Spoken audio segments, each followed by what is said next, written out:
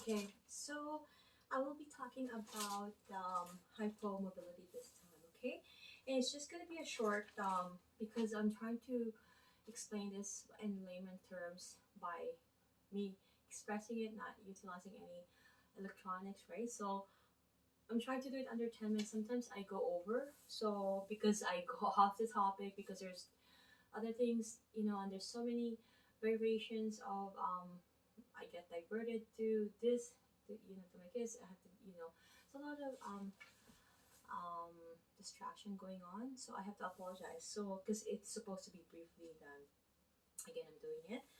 But okay, so we're gonna talk about hypomobility. Okay, what it is it? What it is?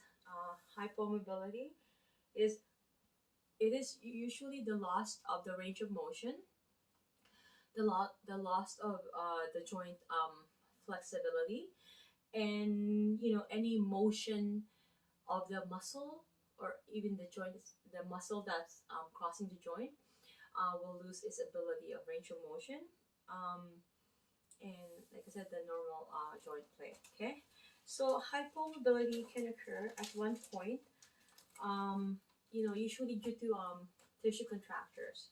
So when tissue contracture is happening due to immobility, or it could be a trauma that happened, and then that joint will be immobile for a long period of time. Then therefore it's going to create adhesion and scar adhesions. Oh gosh, and then contractures all over and adhesions around the you know, let's say the cartilage, because being immobile, you're not putting nutrients there. There's not much synovial fluid that's happening. It's supposed to be moving around that joint, and then there's not blood circulation. There's not much movement. Therefore, it's really not getting the proper nutrients. So it is in a so to speak chronic, perhaps um, could lead to pain. It could lead to, again, going back to the topic, the range of motion, um, inability to do the do the to be able to achieve the normal range of motion of that joint, right? Because each joint have their normal range of motion, the angle where it can perform, which all the muscle can perform, right? All the motion, right? Whether it's a sagittal, coronal, or transverse, um, these motion has to be um, within the joints, right? So it's important that we discuss also the causes. But with respect to the hypermobility, this is the same concept that could happen to one joint, several joints, and sometimes there's in instances of a hyper underlying condition or pathologies. Then we're gonna have to be saying it's like generalized throughout the body, but some areas are not, or the whole entire. Okay, so just to explain, you know, the minor vertebral derangement in the spine. It is an isolated, painful, hypomobile vertebrae. It has a mechanical, postural, or traumatic cause. Okay, and a static and mobility X-rays of the affected vertebra reveal nothing abnormal. So upon palpation, a palpation meaning if you're touching it and trying to discern or feel the integrity of the joint, and then individual muscle, the tendons, the bursitis all over. You have to be able to know that. So that is what palpation is. Sorry about that. Okay, so an X-ray will also could determine if there's any mobility because the contractors all over, fibrosis happening. Okay, any mobility tests for vertebral mobility tests will be really painful. If there's hypomobile in segments. So we'll know that, because right, it's been stuck there for so long, and we need to do those testings. Like me, I do have, I don't know. I haven't really. I haven't seen a doctor. Haven't walked. Haven't done anything for 2 years since the COVID, because like we went to Aruba, and then me and my daughter went to Dominican, and we came. It was COVID. We got by the airport. It was already COVID when we came to back to Canada, right? So what's happening is that I was gonna get my everything, my health looked at, but COVID happened. We got it just became a pandemic, right? So, but originally I'm getting debated again, but I want to tell the story that my up my spine, like even if I move this way, I'm very hypermobile. I you can hear the cracking. You know why? And that is why I don't want. I suggest that you guys have to look any underlying condition, because I feel like I am not supposed to be having all those cracking and all that, and it's causing a lot of discomfort for me, and also it could also lead to a lot of dysfunction later on in life. So we need to look at that. Okay, so make sure, like I was very hypermobile. I can really, like, I don't know, bend and stuff, but at the same time, my spine is very hypermobile, and I could hear them cracking. Like I could literally um traction myself and stretch it, and I could feel them like cracking, and then having that relief of like, oh gosh, with a relief of stretch. So I'm doing a distraction and compression, um to determine which one, but I feel like they're all cracking. So going back, sorry. Okay, so in general, hypomobile joints can lead to strained muscles.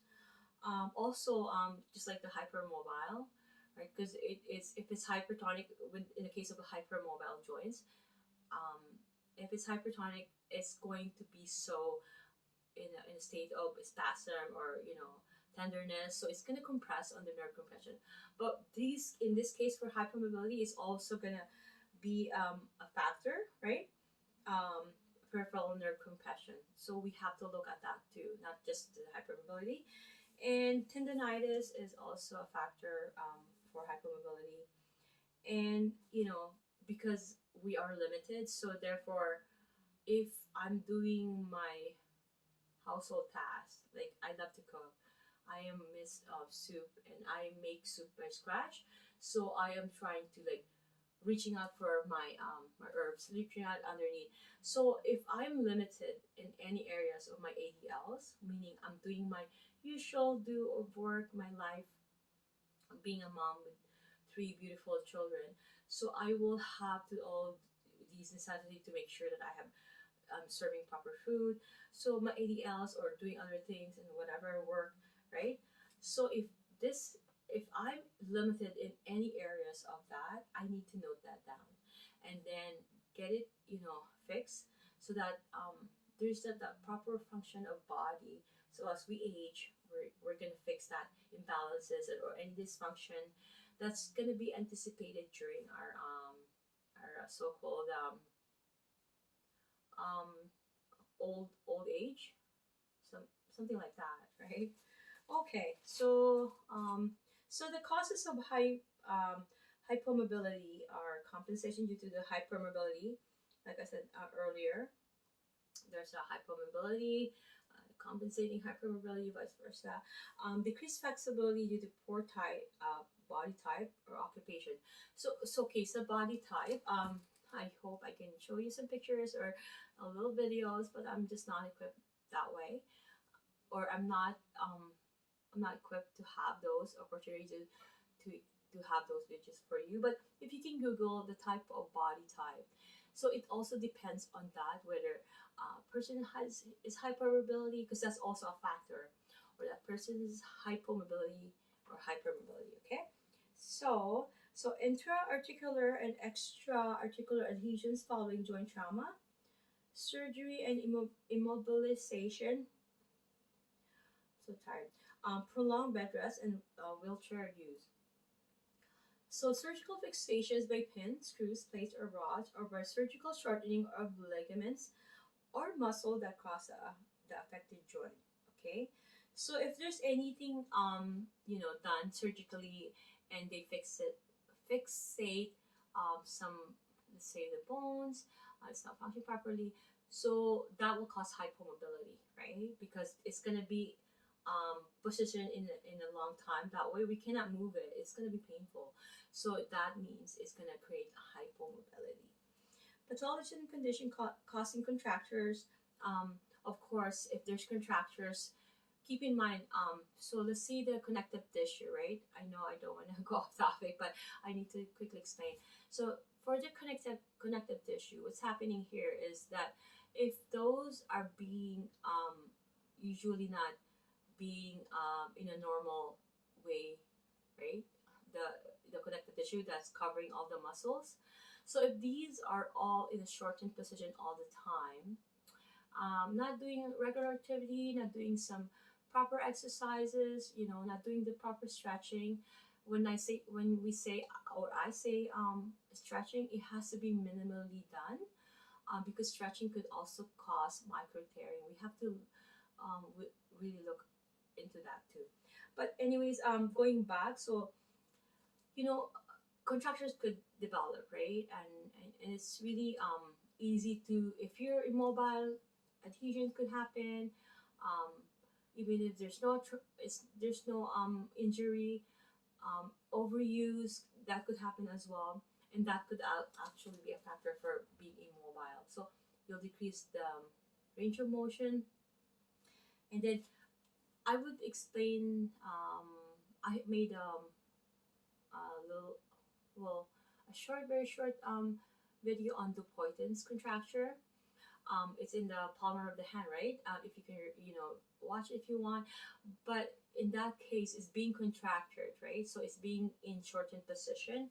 Therefore, let's say if in a flexion, um, right, is the most affected is the ring finger, right? So if it's in a flex position, obviously the extension will be limited because this is being compressed by that nodules, or in the palmar fascia. It's a connective tissue, right? So if it's in flex in that, obviously you cannot extend, right, the arm, the ring finger. And also keep in mind, I don't want to be off topic, but keep in mind that the ring finger have only one extensor, right? Only like all of these fingers have flexor and extensors, but this one doesn't have the ring finger, and it's because of the innervation of the nerve is also divided to the in half, so it's really weak to extend, right? So that alone is really prone to being flexed, right? So okay, the the um, the ring finger, these are affected too. The middle finger, this one, and then okay, sorry, and then this one, the last finger, the last digit. But this is the most affected. Oh my gosh, that hurt. See, I'm not able to do it. I need help because you know why? There's only one extensors and there's no, right. So this is more affected. Anyway, so hopefully I was able to explain that. Okay, so for the contraindication, we're not going to attempt to mobilize a mobile joint that has been surgically repaired with metal appliances. I've said that before, if there's screws and all that, obviously, even, we're not going to try to move it. We're not going to try to do any therapy, any joint moves if these clients or this person are coming to for physiotherapy, for any chiropractor intervention, or for massage therapy. We are not trying to do any joint play or any to um to increase the joint of motion, right? To mobilize the hypermobile joint, so to speak.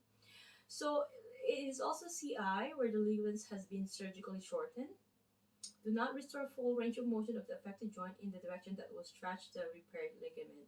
Right? So if, let's say there's instance that the ligaments are overstretched, you're gonna surgically repair it, right? So we're not gonna do any movement that will really stretch that.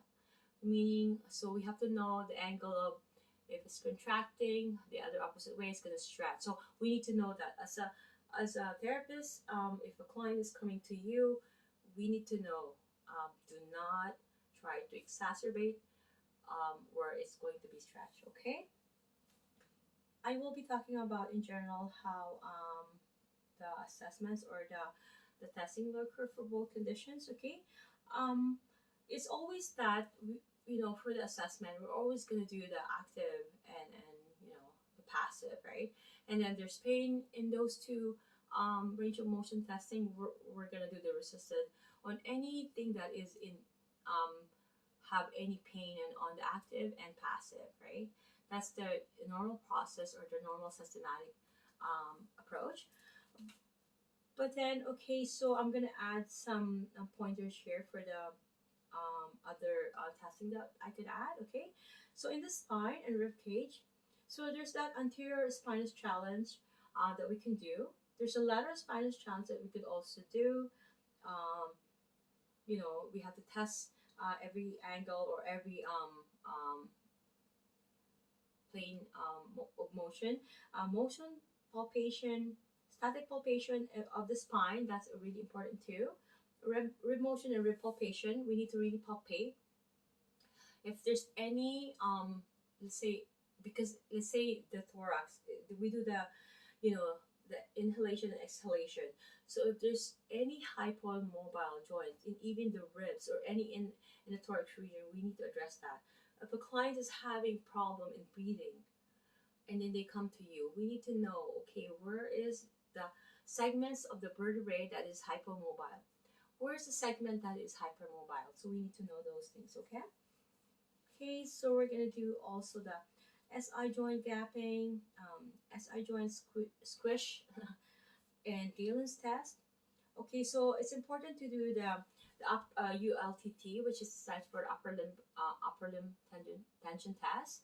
We're gonna do the SLR, which is stands for the straight leg tension test. Okay, we're gonna do the slump test, because slump tests we can figure out if there's any facet irritation or any degeneration or any space occupying lesions going around, and we need to address that, especially in the lumbar area. Okay, I think I went over the time. It's a short topic, but okay. So when we are I know it's a short topic, but hypermobility is like general. It's kind of huge, but very So we need to do a lot of investigating, right? Because hypermobile mean, is there osteoarthritis happening? Is there an RA happening, rheumatoid arthritis that's causing the hypermobility? Is there anything that causing that hypermobility? Is there a trauma that has previously done? So we need to ask the client all those questions prior, and I'm gonna actually check any client. Oh, it's not. Oh, okay. Okay, so we're just gonna, sorry about that, but I'm not gonna get another video and stuff, so I'm just gonna post this. And my apologies, but I don't really watch videos. I do. It's because I'm doing it the natural way, and I hope that I could have a follower, and we could all grow and work together, grow together, and whatever random I will be doing anatomy also in the long run, and physiology, and anything that I could also learn, because I love learning. I'm one of those person that I could go in my room, I'll be do my prayers, and I'll like read and read, and I like to learn, right? So we can do this process together. We can have this journey with me. You can go through the journey with me, and I would love for you to um, subscribe and follow, and hopefully that we can be in sync in this journey of mine. Okay, thank you, folks. And I'm going to be doing some perhaps circulatory, or I haven't talked about the strains and sprains and all the wounds and injuries, so I might be talking about that. But I also wanted to talk about um, the TMJ. right? It's very huge topic, and I need to perhaps I don't usually do a pre-studying because I wanted to make it natural. So I hope that you can feel the vibe in me that, well, being a single mother of three kids, um, at my age, I'm 49, and I'm able to be actively, be active, mentally be active, and emotional be active in all aspect. Able to raise and take care of people the way I'm also taken care of by God and all that. But I wanted to share things that have interest in, and I'm very passionate in learning. And if I can share, and if you can just share me, I'll have a website designated for that because I like to separate things, and I'll have an email, and then we could correspond that way. Okay, thank you so much, and I'm so privileged to be able to do all these YouTube blog in 3 days, and the other ones are like um, videoed or pre-filmed. So I'm gonna continue with the circulatory. I have, and then I'm gonna do with the peripheral nerve lesions. Very interesting topic, and there's some systemic topic that I also have to consider, um, right? And diabetes I haven't talked about, and also I will also talk about cancer and HIV. Okay, so please help out, and if you can subscribe and keep continue to be watching if you can, especially during this COVID. Okay, thank you so much, and have a good day, and God bless.